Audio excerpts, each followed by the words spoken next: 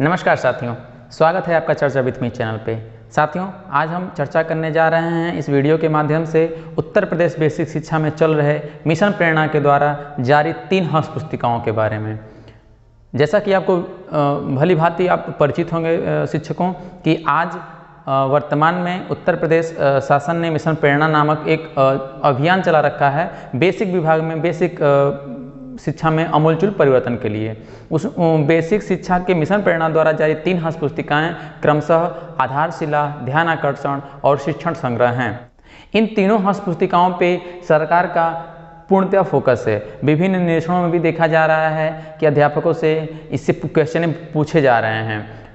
तो आइए हम देखते हैं कि ये तीनों हस्त पुस्तिकाएँ क्या हैं और कुछ कम शब्दों में जब इससे आपको प्रश्न आ सकते हैं या आते हैं आपके सामने तो उसका कैसे जवाब देंगे, इस वीडियो के माध्यम से हम यह सीखेंगे। सबसे पहले हम चर्चा करें आधारशिला। तो आधारशिला तीनों हस्त पुस्तिकाओं में जो पहला इस हस्त पुस्तिका है, इसमें आधारशिला में कक्षा 1 और 2 के विषय में बात कही गई है।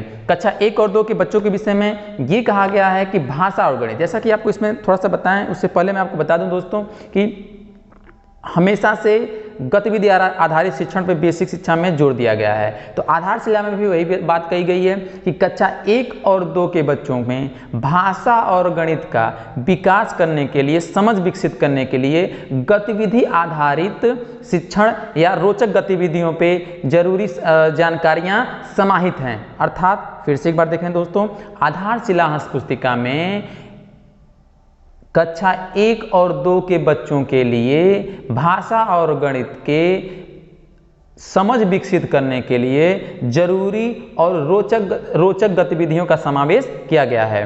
ठीक है दोस्तों, तो फिर से एक बार हम देखेंगे आधारशिला हस्त पुस्तिका में कक्षा 1 और 2 के बच्चों में भाषा और गणित की समझ विकसित करने के लिए रोचक गतिविधियों का समावेश किया गया है।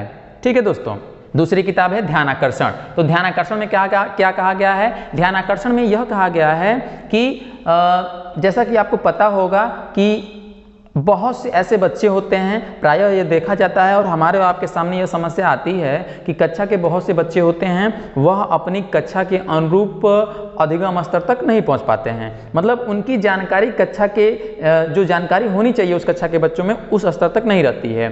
तो उस स्तर को पता लगाने में क्या क्या चीज़ें सहायक हो सकती हैं, कैसे हम उस कमी को दूर करेंगे, वो इस पुस्तिका में संग्रह किया गया है। तो कैसे इसको बताएंगे? तो ध्यानाकर्षण पुस्तिका में कक्षा के अनुरूप कम अधिगम स्तर वाले बच्चों का पता लगाने और उसको विभिन्न कौशलों, विभिन्न शिक्षण विधियों द्वारा दूर करने के बारे में बताया गया है।